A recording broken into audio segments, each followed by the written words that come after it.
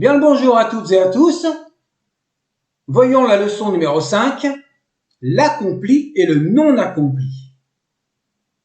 Les syntaxes verbales appelées accompli et non accompli s'emploient principalement dans la narration ou dans un récit.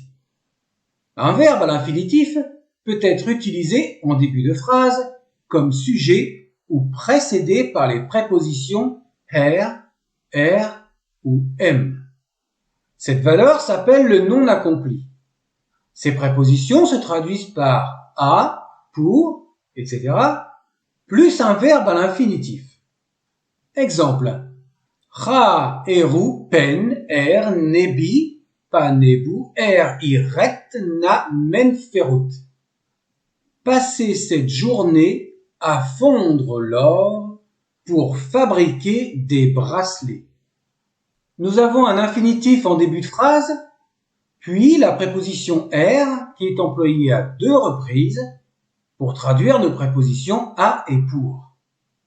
On notera au passage que pour traduire cette journée, au Nouvel Empire, on trouve fréquemment la tournure eru pen, comme au Moyen Égyptien, qui est restée dans des expressions figées. Autre exemple, I in menfu chesef na inbu. Arrivée des soldats pour défendre les postes de surveillance. Dans cet exemple, nous avons le verbe irrégulier i qui est à la forme de l'infinitif en y, qui est une variante de la forme en point t. Pour la commodité de la phrase, nous traduisons par un substantif l'arrivée.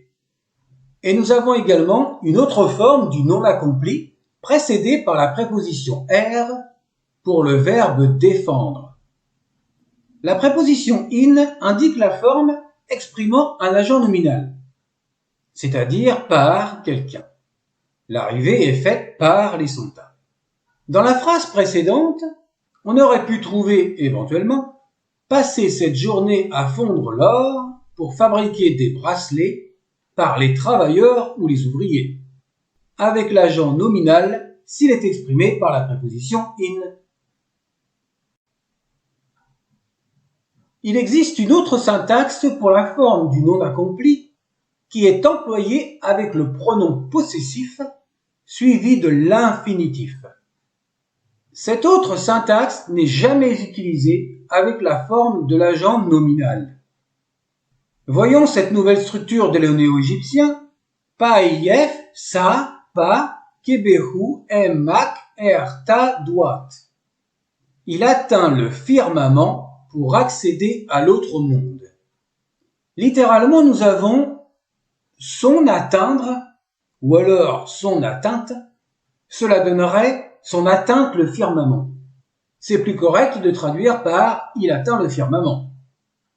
Dans la deuxième partie de la phrase, nous avons à nouveau un infinitif, mais précédé de la préposition m, puisque le verbe accéder est un verbe de mouvement. La forme de l'accompli s'emploie avec l'article défini, précédant l'infinitif, plus le verbe iri à la forme relative, iri, plus le sujet ou le pronom suffixe. Cette translittération avec le i à la fin est restée conventionnelle même s'il y a le hiéroglyphe qui représente le son ou. La valeur i avant iri est en réalité le iode prothétique. Cette forme de l'accompli est traduite en français par une valeur au passé introduite par une relative. Exemple. Pa Peter iri na nenu, na senhemu, na afu. L'observation qui est faite par les enfants concernant les sauterelles et les mouches. Ou alors, le fait d'observer par les enfants les sauterelles et les mouches, etc., etc. Évidemment, nous parlerons dans les futures vidéos de la forme relative.